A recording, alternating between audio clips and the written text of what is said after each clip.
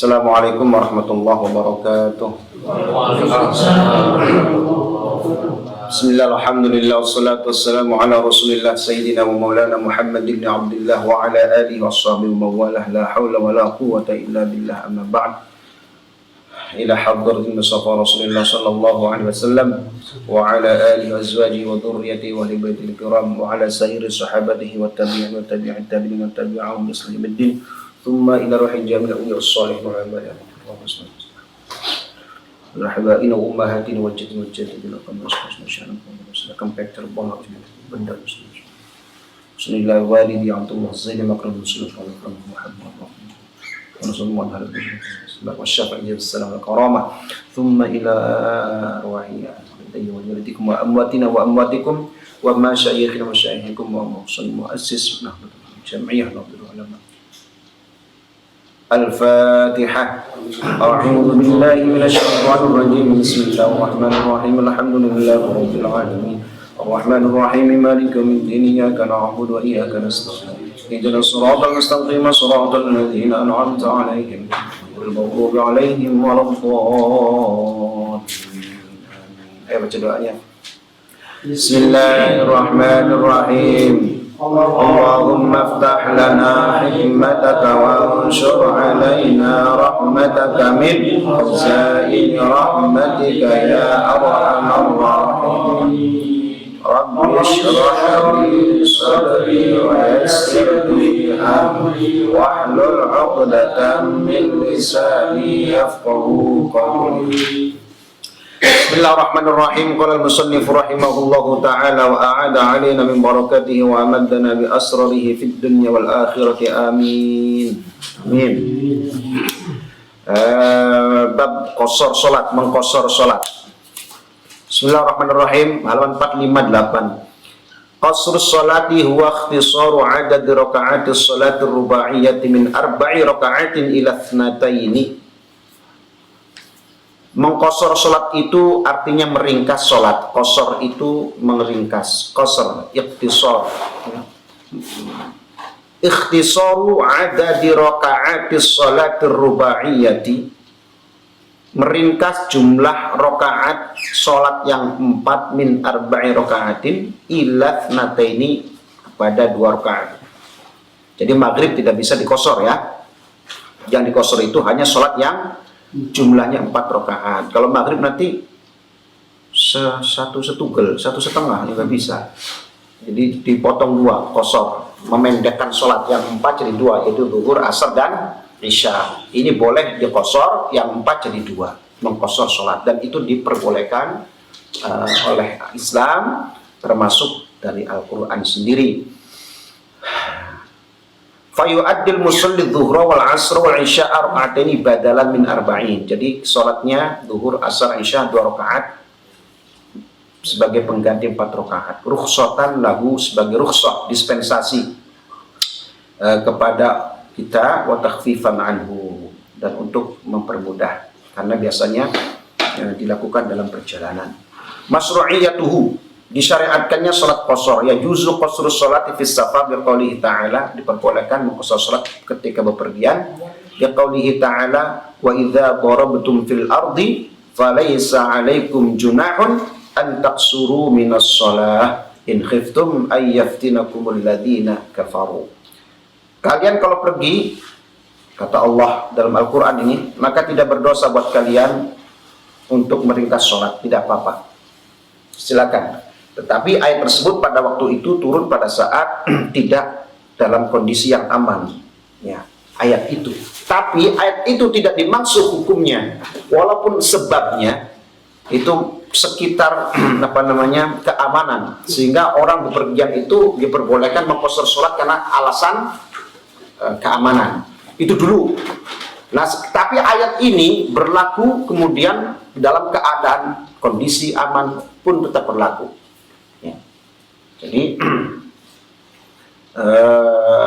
walaupun sekarang keadaan aman nih, kalau saya mau ke Syamal, kalau saya mau ke Dukhan, lebih daripada 82, wakilah 85, wakilah 87, wakilah 92 km ke atas, itu boleh mengqasar sholat, meringkas sholat. dalam keadaan aman kan, padahal tidak ada perang, tidak ada musuh, tidak apa-apa, tidak ada begal, tidak ada macam-macam. Nah dulu ayat itu turun pada saat kondisi tidak aman. Tetapi ayat ini tidak dimaksud hukumnya tetap berjalan walaupun dalam keadaan tidak aman, walaupun dalam keadaan sudah aman. Wa an Ya'la bin Umayyah qala qultu li Umar bin Khattab radhiyallahu anhu qala Allah ta'ala falaysa 'alaikum junahun an ta'suru min as-shalah in khiftum. Sekarang waqad aminan nas, sekarang sudah aman ini. Bagaimana Sayyidina Umar? Ya'la bin Umayyah radhiyallahu anhu pernah bertanya kepada Sayyidina Umar bin Khattab tentang masalah salat qasar ini, ya. Nah sekarang keadaan sudah aman, apakah itu masih berlaku? Qala Umar radhiyallahu anhu ajibtu mimma ajibta minhu fasa'altu Rasulullah sallallahu alaihi wasallam an dzalik. Pertanyaanmu itu juga yang pernah aku tanyakan kepada Rasulullah, kalau aman gimana gitu. Terus Kanjeng Nabi jawab ketika Sayyidina Umar pernah bertanya soal itu kepada Nabi dalam keadaan aman, faqal sadaqatun tasaddaqallahu biha alaikum faqbalu sadaqatahu. Kata Nabi, itu adalah sedekah dari Allah untuk kalian, maka terimalah sedekahnya. Jadi salat qasar itu pemberian dari Allah yang kita terima walaupun dalam keadaan aman pun tetap berlaku. Itu Pak, nikmat kan? Salat qasar, belum lagi dijamak, dikumpulkan. Jadi kita zuhur, asar tarik ke zuhur, nanti asarnya bebas gitu kan. Tidak sholat lagi karena sudah sholat di waktu zuhur, di jamaah, di qasar, 2 rakaat lagi. Pokoknya nikmat dalam perjalanan itu. Dikasih rukhsah, dikasih dispensasi, kemudahan. Misalkan kita tanggung nih, misalkan zuhur, asar, ditarik asar ke zuhur. Kira-kira asarnya bebas gitu kan. Jamaah takdim, di qasar lagi di waktu zuhur. Sholat asar di waktu zuhur dikumpulkan di jamaah takdim di qasar. Nanti nih misalkan perjalanan asar lewat kan, sudah sholat maghrib datang, udah sholat maghribnya di isya saja nanti jam 12 misalkan, jam 11 malam, jadi full dari zuhur sampai jam 12 malam ini dia tidak sholat. Asar ditarik ke zuhur, maghrib ditarik ke isya, jamaah takhir, udah lanjut aja gitu. Nanti sholatnya maghribnya di isya, tapi wajib diniati kalau jamaah takhir ya, di waktu masuk waktu pertama itu maghrib. Nah misalkan di jalan tol, di mana-mana gitu kan, tidak apa-apa, dalam kondisi aman, kondisi tidak terburu-buru. Misalkan nih mampir di warung-warung itu di tengah jalan tol, apa namanya, rest area, makan, ya semuanya kita bebas aja lah. Yang penting nanti sholatnya betul, asar di maghrib, asar di asar di zuhur, maghrib di isya. Berarti waktu itu begitu panjangnya kita diberi kebebasan oleh Allah dalam perjalanan. Itu nikmat dari Allah, sedekah dari Allah untuk kita, makanya terima. Itu kata Nabi. Wa hadza yadullu ala anna qasra sholati laisa khassan bi halatil khaufi. Ya, jadi dispensasi atau rukhsah, kemudahan diperbolehkannya kita mengqasar salat tidak hanya berlaku pada atau khusus pada saat kita sedang dalam ketakutan atau dalam kondisi perang. Wa ajma'atil ummatu ala jawazil qasri fi sholati fi safar sawa'un kana fil barri aw fil bahri aw fil jaw. Itu berlaku semua dalam perjalanan darat safarnya ataupun perjalanan laut maupun udara, semua berlaku. Nah dulu itu Rasulullah menjamak mengqasar itu karena perjalanan naik onta, dilengkapi keringetan kan, pegel capek, marhalaten, baru kemudian boleh orang mengqasar dalam perjalanan sepanjang itu. Itu karena apa? Karena payah kan, jalan pakai onta, nuntun, pegel keringetan. Jadi sayang bolehlah sholatnya seperti itu. Nah sekarang sudah ada mobil, kita pergi kemana-mana sekarang sudah enak, mobilnya ada AC-nya lagi. Nah kalau dulu Nabi rukhsat itu kan karena memang medannya seperti itu. Sekarang sudah enak, tapi tetap alhamdulillah rukhsah itu masih berlaku sampai saat ini, walaupun ya kita sudah dalam perjalanan pun tidak begitu payah karena sudah ada AC, enak kan. Kalau dulu tuh para sahabat seperti itu, alhamdulillah. Dan lanjut, shalawatul maksurah yanhasiru qasru sholati fi sholati rubai'il maktubatil mu'adati fi safar wa hiya sholatul dhuhri wal asr wal isya. Di sholat yang diqasar zuhur, asar, isya ya, itu hanya berlaku di qasar di di tengah perjalanan, bukan sudah balik. Dia di rumah baru sholat di rumah, nggak boleh. Atau masih di rumah belum sholat udah dandan nih, dikosor dulu di rumah, nggak boleh lagi. Kenapa? Belum jalan, belum dikatakan musafir. Atau sudah pulang, berarti sudah juga bukan dikatakan musafir. Soalnya ada segitu, udah mau ke Jakarta dari Indramayu gitu kan, dari rumah nih, masih dari rumah, udah dandan, tas koper disediakan, mau berangkat zuhur, wapar, kan mau ke Jakarta nih, masih di rumah. Dia sholat dulu, zuhurnya 2 rakaat. Asal ditarik 2 rakaat di dalam rumah, belum berangkat, udah dandan nih, mobil udah dipanasin. Nah, mau ke Jakarta dari Indramayu ke Jakarta, kan sudah boleh di jamak qashar tuh. Masuk zuhur, udah sholat dulu, sholat zuhur 2 rakaat, asarnya 2 rakaat ditarik, biar bebas. Di tengah jalan asar nggak sholat lagi kan? Udah sholatnya di sini aja. Tidak boleh itu, karena ketika masuk sholat zuhur orangnya masih ada di rumah. Nah, caranya mengantisipasinya begini. Kalau zuhurnya itu jam 12 siang misal, nah, kita harus bergerak dari rumah, keluar dari rumah, dari desa kita itu sebelum zuhur jam setengah 12 misalkan, keluar dari desa kita, nyabrang, ada perbatasan, batas desa Tanajar Lor, Tanajar Tengah, Tanajar Kidul, sudah masuk desa yang lain, terus zuhur, ngobrol gitu kan, berarti kita sudah pergi nih, sudah keluar dari desa kita, wilayah kita, karena syaratnya harus keluar dari dari batasan desa kita.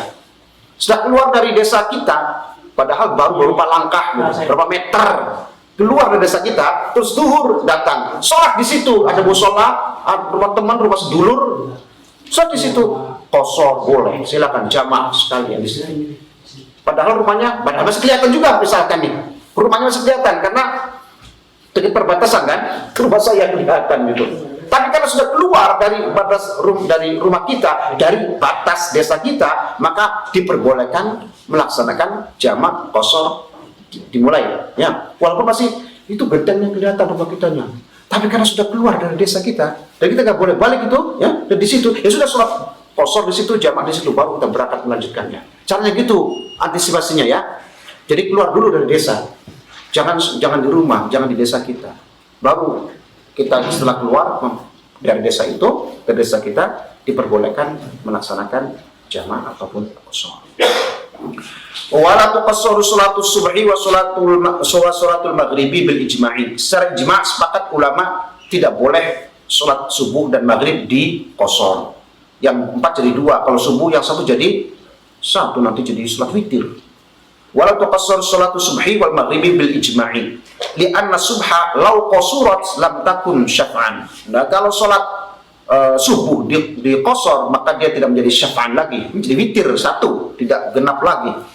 Jadi fatakhruju an mawdu'iha. Wal maghribu la yumkinu qasruha ila ra'ataini li'annaha la takunu illa witran. Nanti ya susah lagi kalau 3 di qashar jadi 1,5. Jadi wala ila raqatin li khurujiha bidzalik an baqis sholawati. Oke. Wala tuqassar sholatul maghdhurah, tidak boleh juga salat yang dinadarkan itu di qashar. Liman nadhara an ayusalliya 4 raka'atin fala yuqassiruha fis safar ila raqatain. Ada orang salat nadar tapi salat yang 4 rakaat misalkan, 4 rakaat. Kan yang boleh di qashar itu kan salat yang 4 rakaat. Itu ya. Terus ada orang nadar nih, ya Allah kalau saya sembuh penyakitnya, kalau saya sembuh dari penyakit ini, atau kalau saya naik jabatan, atau kalau saya naik gaji, atau saya selamat dari PHK, terus pengumuman selesai, selamat dari PHK, terus sembuh, maka wajib ditunaikan sholat nadar tersebut. Misalkan nadarnya 4 rakaat, saya niat sholat syukur kepada Engkau ya Allah, sholat nadar 4 rakaat sebagai bentuk syukur. Maka yang 4 rakaat ini pun tidak boleh di qashar, walaupun 4 rakaat, karena itu sholat nadar. Sholat maghdhurah itu nggak boleh di qashar. Oke, yang kalau 4 biasanya kalau orang sholat nadar itu 2 rakaat kan, saya niat nadar karena Engkau ya Allah kalau sembuh saya akan sholat 2 rakaat sebagai bentuk syukur, biasanya 2. Nah kalau 4 rakaat, kalau 4 rakaat ini tetap dilakukan 4, tidak boleh di qashar. Walaupun nih dia dalam keadaan safar, paham ya? Lagi safar jalan jauh, iya saya punya nadar sholat 4 rakaat nadar. Tidak boleh itu di qashar walaupun dia dalam keadaan safar, karena yang disolati itu adalah sholat nadar. Nggak boleh. Gitu. Nah, terus wa tuqassuru sholatun nafilah ka arba'i raka'atin qabla dhuhri, dan tidak boleh juga mengqashar sholat sunnah qabliyah zuhur 4 rakaat menjadi 2, tidak boleh. Ya. Mazhab Syafi'i, ya, mazhab Syafi'i qabliyah zuhur 4 rakaat, ba'diyah zuhur 4 rakaat.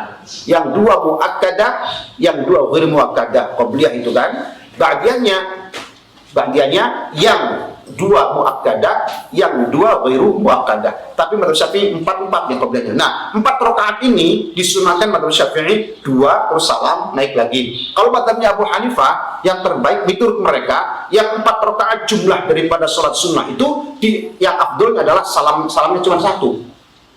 Makanya jangan heran kalau di Qatar ini para pendatang dari India, dari Bengali, itu mereka sholat qobliyah yang 4 rakaat atau ba'diyah yang 4 rakaat biasanya salamnya cuma 1, kayak sholat duhur kan, kayak sholat asar gitu. Nah, itu nggak apa-apa, hadisnya ada, standarnya ada, Imam Syafi'i juga ada gitu. Tapi kita Imam Syafi'i 2 rakaat salam, naik lagi 2 rakaat salam. Nah, yang 4 rakaat ini, misalkan 4 rakaat pengen sholat sunnah qobliyah 4 rakaat yang 1 salaman misalkan ya, langsung tidak boleh dikosor. Tidak boleh dikosor, sholat sunnah kan, tidak boleh dikosor. Jadi mereka mazhab Hanafi, mazhabnya Abu Hanifah, yang sholat yang 4 rakaat sunnahnya itu, yang afdolnya bagi mereka itu 4 rakaat, salamnya 1, itu pun tidak boleh dikosor. Paham ya? Tidak boleh dikosor.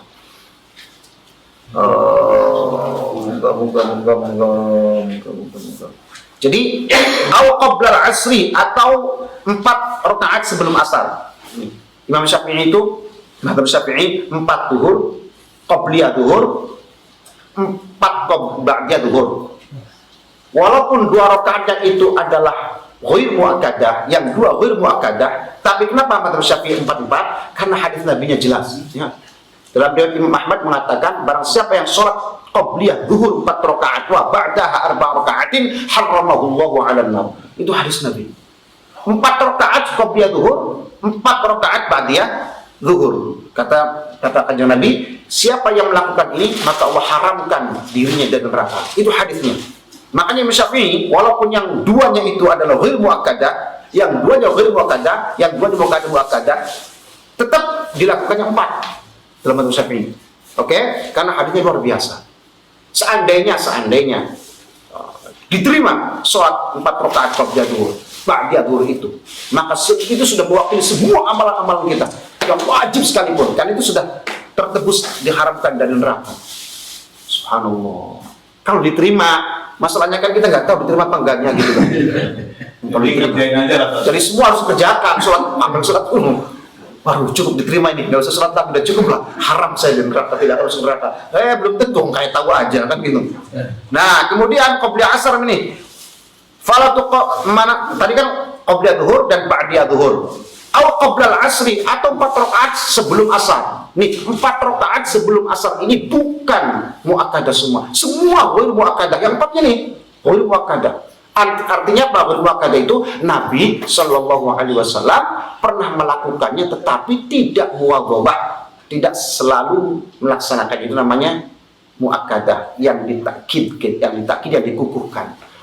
Namanya muakkadah. Kalau ghair muakkadah tidak ditakkid. Artinya Nabi Shallallahu Alaihi Wasallam melakukan, tapi tidak lagi melakukan, tidak secara kontinu Nabi melaksanakannya. Itu namanya ghairu muakkadah. Kalau yang muakkadah itu yang ditakkid, yang dikukuhkan, karena memang Nabi melaksanakannya secara kontinu terus menerus.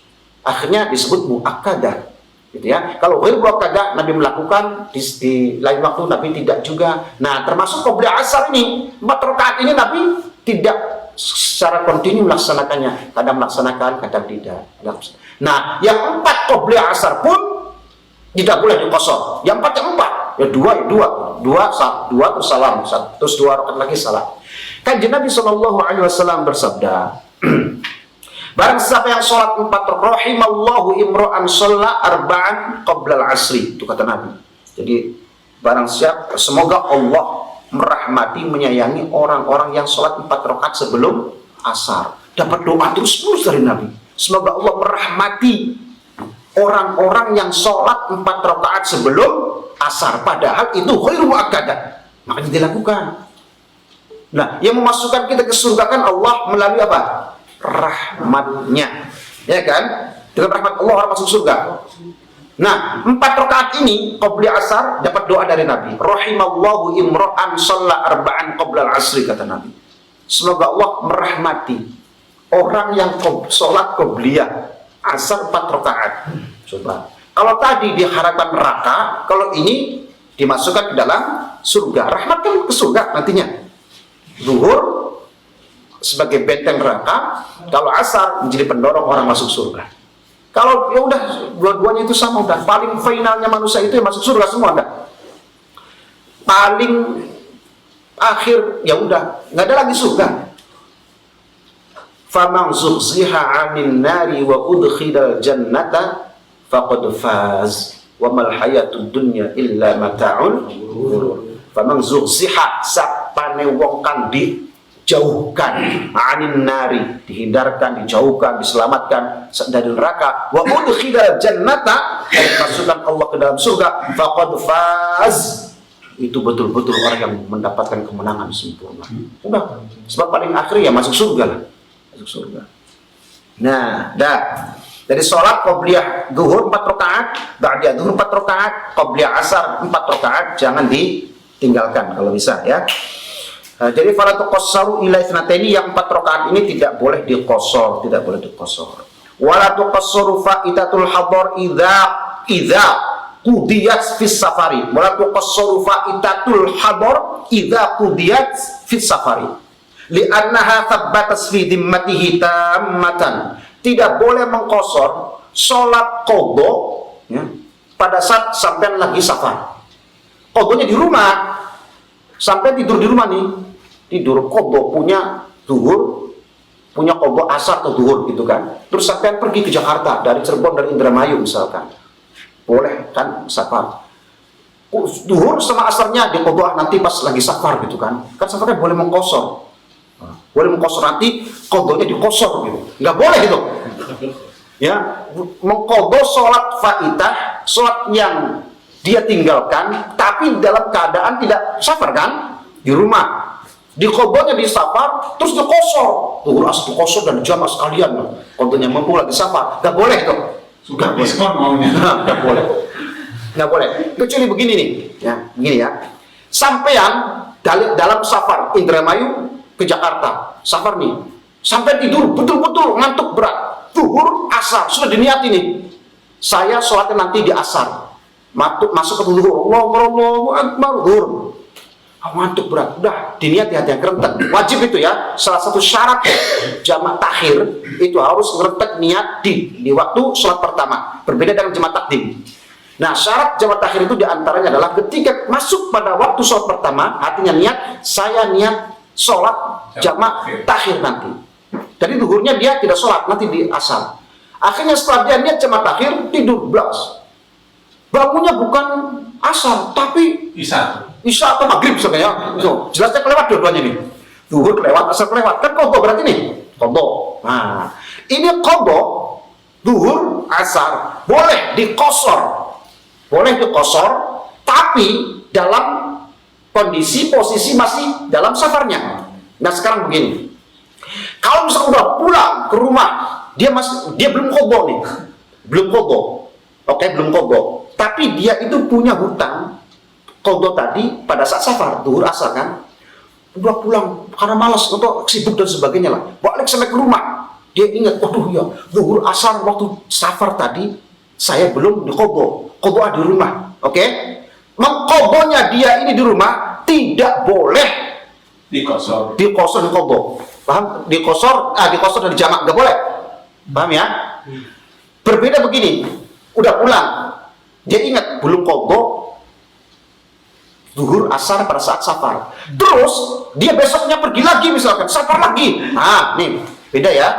Safar lagi dia boleh mengqadha sholat yang tertinggal tadi pada saat qadha pada perjalanan sebelumnya, dia safar lagi, boleh mengqashar menjamaknya dalam safar itu. Paham nggak? Berbeda dengan tadi, ya. Kalau dia pulang udah ke rumah, bukan jadi musafir lagi nih. Dia mengqadha sholat yang ditinggalkan pada saat safar, nggak boleh dikosor, nggak boleh. Tapi ketika dia safar lagi, sholat qadha tadi yang ketika dia tidak sholat ketika safar, boleh diqadha dengan cara kosor ketika dia safar juga posisinya. Oke ya, paham ya? Udah lanjut. Mana tadi?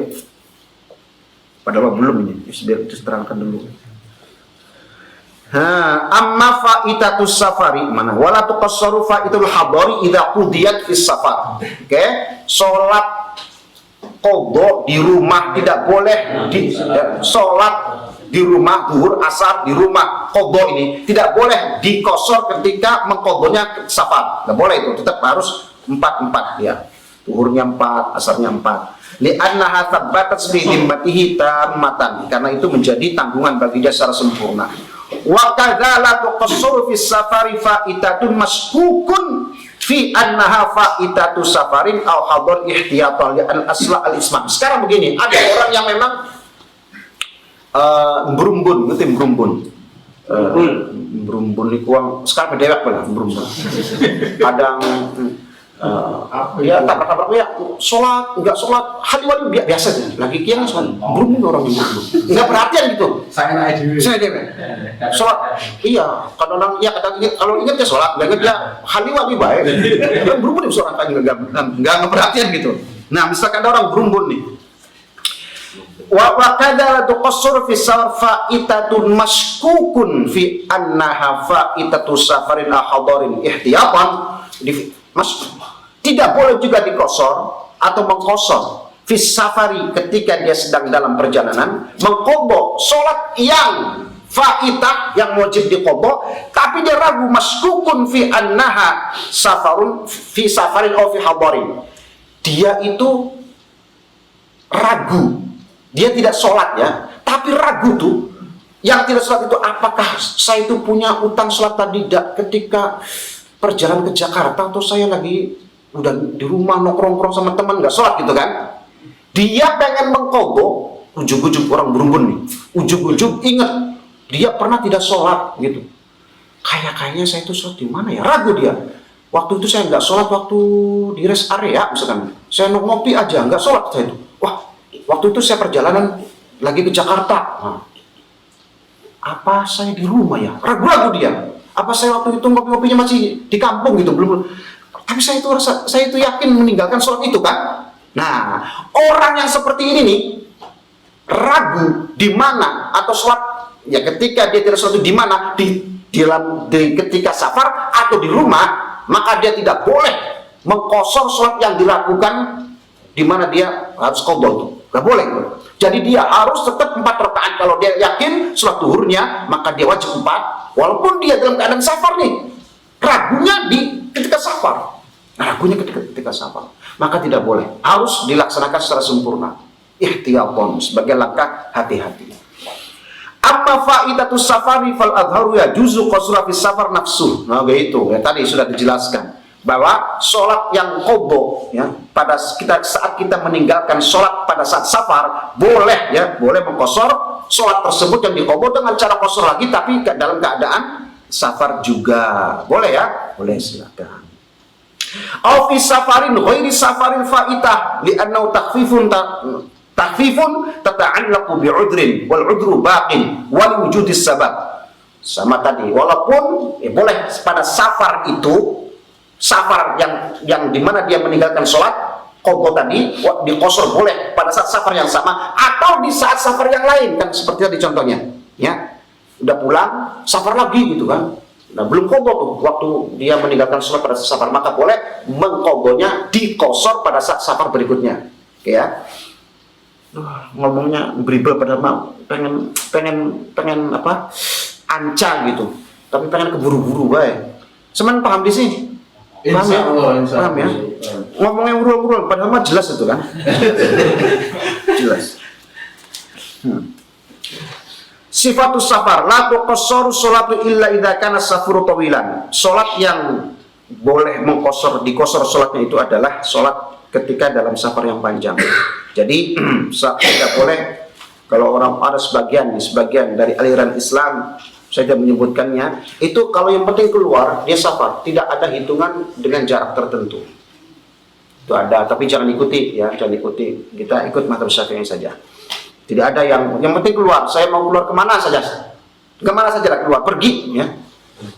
Aziziyah, misalkan ke An Khalid, kemana saja lah pokoknya. Yang penting namanya dia pergi ya safar namanya. Kalau seperti boleh dia menjamak mengqashar boleh.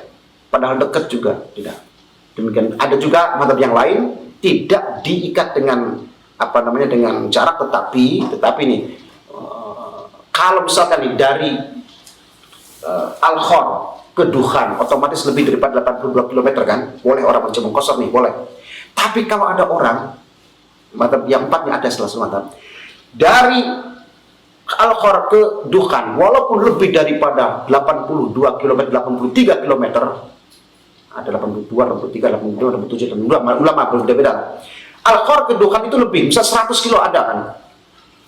Walaupun jauh, tapi kalau orangnya sudah biasa bolak-balik tiap hari, rasanya itu udah dekat saja.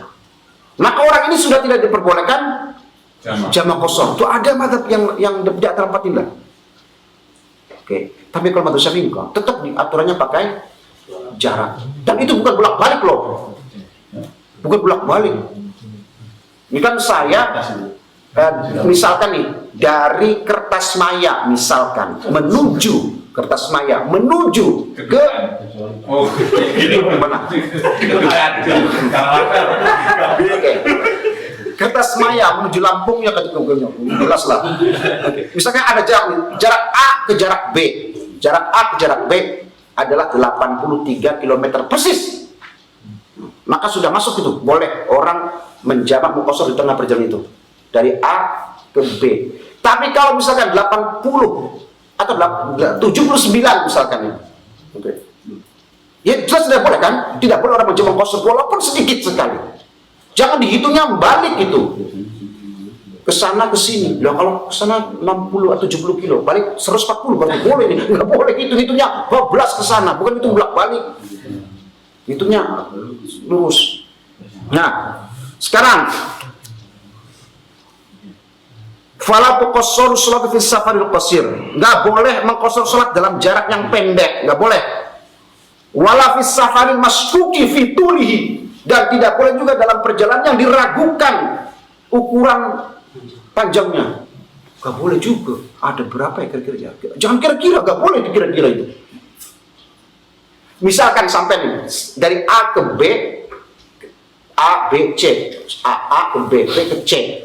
Kita yakin nih, dari sini ke sini sudah ada 82 kilo atau 70 lah. Tapi dari B ke C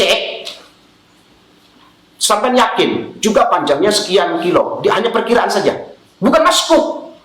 Ke A ke B sampai yakin kurang dari 83 kilo, tapi dari B ke C sampai yakin lebih daripada 50 kilo misalkan, otomatis kan dari A ke C itu sudah melampaui ukuran minimal jarak untuk safar gitu kan. Sampai judulnya itu mau ke C gitu, mau ke C, tapi sampai tidak bisa meyakini berapa kilo antara ada A ke C, oke ya?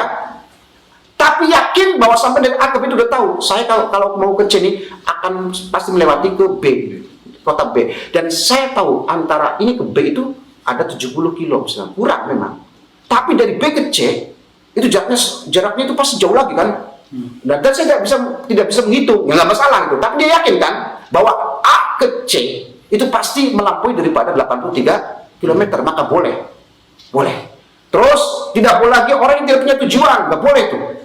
Zaman dulu, Brahma Kumbara misalkan, zaman dulu kan ada istilah namanya berkelana, melanglang buana, nggak ada tujuan di dunia persilatan, mengembara. Iya. Sejauh apapun mengembaranya, 100, 200, 1000 km pun, kalau tidak ada tujuan tempat, nggak boleh tuh mengqashar, menjamak. Selama itu, walaupun jauh jaraknya, nggak boleh, harus ada tujuan. Termasuk orang yang ikut nih, misalnya saya mau pergi, Mas ikut ya, misalkan, ayo, dia mah tahu tujuannya mau kemana. Kalau dia nggak tahu dan nggak dikasih tahu atau nggak bertanya, dapatnya nggak tahu dia.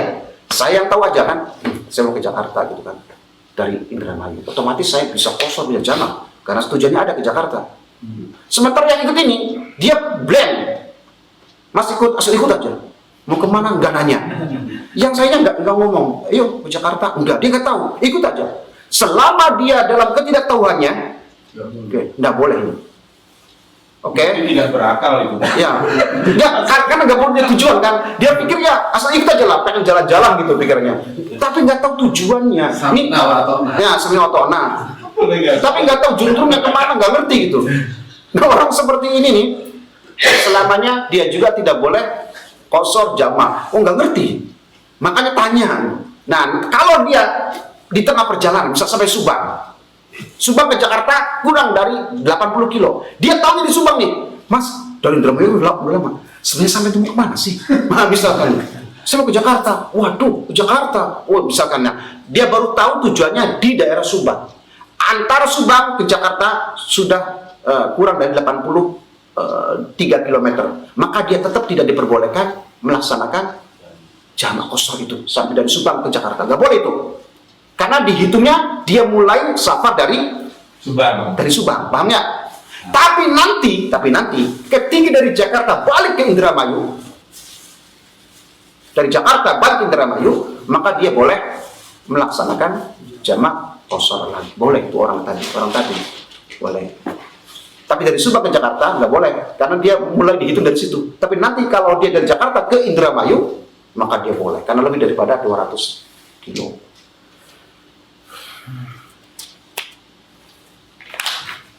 Ya, ada yang tanya? Oh, udah. Itu kan kalau satu ya. Misalnya untuk pekerjaan yang supir bis malam, ya. Itu kan tiap hari ya. Itu bisa qashar terus itu. Sudah, boleh sekali. Madzhab Syafi'i boleh, memang ada khilaf di situ. Tapi yang arjah adalah boleh. Jadi orang punya pekerjaan tiap malam harus, atau punya pekerjaan tetap lah, supir truk atau supir bis tiap harian lah, siang atau malam. Harus bisa juga sama. Atau yang jauh lah. Jauh. Cirebon Jakarta kan Duragung Jaya. Bisnis Sabilillah kan macam-macam tuh. Kobayana. Macam-macam lah. Kalau di antara Pantura kan juga Pantura.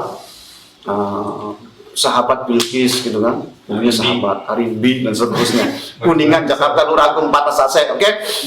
Cirebon Jakarta, Kuningan Jakarta, kan lewat Jandul Pantura nih. Tiap hari itu supir tuh berangkat terus, otomatis kan melewati daripada 83 km itu, oke? Dalam keadaan tidak maksiat, jelas lah. Kalau maksiat juga boleh maksiat walaupun jauh juga. Nah dia kan nggak lagi, nah itu boleh. Setiap hari dia boleh menjemah qashar, boleh, silakan. Walaupun jadi harian, boleh aja. Karena memang udurnya batin, udurnya ada, tetap wujud sebab ada, nggak masalah. Tapi jika rumahnya banyak, antara itu ada rumah kedua, rumah ketiga, jadinya pendek-pendek. Apa ini? Ayah sampai Istrinya ada dua. Ya artinya udah gini aja. Gini aja. Sekarang netepnya di mana? Netepnya di mana? Aslinya tetap di mana? Kan bergilir. Zaman sekarang ini sudah ada ID loh. Nggak bisa di di mana ini tempatnya? Gitu kan? Ada polisinya, KTP-nya udah ada KTP. Nggak boleh sekarang, itu yang dihitung lah. Nggak boleh. Masa setiap templok rumah, waduh. Lagi. Ya, silakan. Tapi kalau ini tadi kan disebutkan banyak sekali syarat-syarat untuk jamaah qashar. Iya. Kalau kita misalkan cari amannya, yang paling aman itu gimana? Ya, pokoknya waktu adzan berhenti atau dimanapun berhenti. Kalau dia nggak ngerti. Kalau nggak ngerti ya. Oh ya udah, amannya kayak gitu. Setiap ada sholat ya sholat. Walaupun di jalan. Iya gitu. Ya. Itu paling paling aman jelas itu. Paling aman. Karena itu hanya rukhsah saja. Silakan gitu. Tapi begini, ya berbeda dengan saum. Kalau sholat qashar jamaah, ketika kita safar, lebih afdal untuk melakukannya secara qashar jamaah. Kalau puasa, walaupun boleh berbuka, afdalnya berpuasa. Itu bedanya ya. Oke. Kalau kita nih pergi dalam keadaan safar nih, maka apa yang dilakukan tentang sholat ya, maka yang lebih afdol untuk dilakukan adalah sholatnya secara jamaah ataupun qashar, karena itu mengikuti Nabi Shallallahu Alaihi Wasallam dan disuruh terima itu sedekah dari Allah, kan begitu. Tapi kalau puasa, walaupun kita tidak wajibnya, kan tidak wajib tuh bagi musafir yang namanya puasa, oke?